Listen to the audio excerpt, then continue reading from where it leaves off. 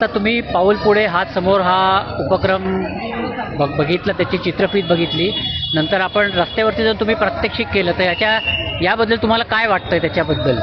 मी रोज जेव्हा स्कूलला येते ना सकाळी तेव्हा रोज रोड क्रॉस करावा लागतो, पण तुम्ही जसं वर सांगितलं तुम्ही साईडला हात क्रॉस करून तुमची फक्त आई ही प्रतिकृती दिसते, तर त्याने बऱ्याच वेळा लोक एवढ्या जवळून निघून जातात किंवा जवळ येऊन थांबून पण जातात, तर खूप भीती वाटते. पण समोर हात केला ना तर दोघं साईडच्या लोकांना ते दिसत होतं आणि दोघं साईडची लोकं थांबत तरी होती ॲटलिस्ट, तर ते मला एक सेफ फील झालं त्यामध्ये की आपण साईडने हात न करता समोर हात करून गेल्यावर ते सेफ वाटतं आपल्याला. आधीच पण तुम्ही खूप वेळा रस्ता ओलांडलाय, राईट? सो हे तुम्ही पहिल्यांदा ट्राय केलं तर तुमचा अनुभव काही सांगू शकाल? हो, ॲक्च्युली आधी मी फक्त साईडला हात करून रस्ता क्रॉस करत होते. आता जेव्हा आम्ही हे ऐकलं तेव्हा मला वाटलं हो हे वर्क करेल, पण ॲक्च्युली जेव्हा एक्सपिरियन्स घेतला त्यावेळेला असं जाणवलं की हात पुढं केल्यानंतर मला जास्त सेफ वाटत होतं की हो माझा हात आधी दिसतोय, गाड्या आधी बघतायत किंवा गाडी चालवणारे मला आधी बघतायत आणि मग मी रस्ता क्रॉस करते.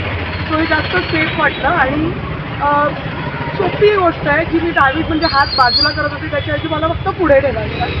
सो मी डेफिनेटली हे वापरीन आणि माझ्या लेकीलाही मी शिकवीन. आणि सगळ्या गाड्या थांबत होत्या? नाही, पण त्यांना ॲटलिस्ट दिसत होतं की आम्ही आहोत. म्हणजे मला ही गोष्ट तीच जाणवली की डावीकडे हात असताना पहिले मी डायरेक्ट जाऊन रस्त्यावर होते आधी, आता माझ्या रस्त्यावर पहिले माझा हात आहे आणि मग मी नंतर मागून मी येते.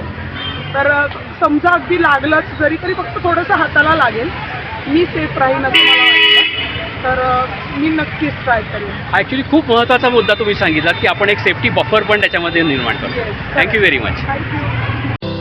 पाऊल पुढे हात समोर.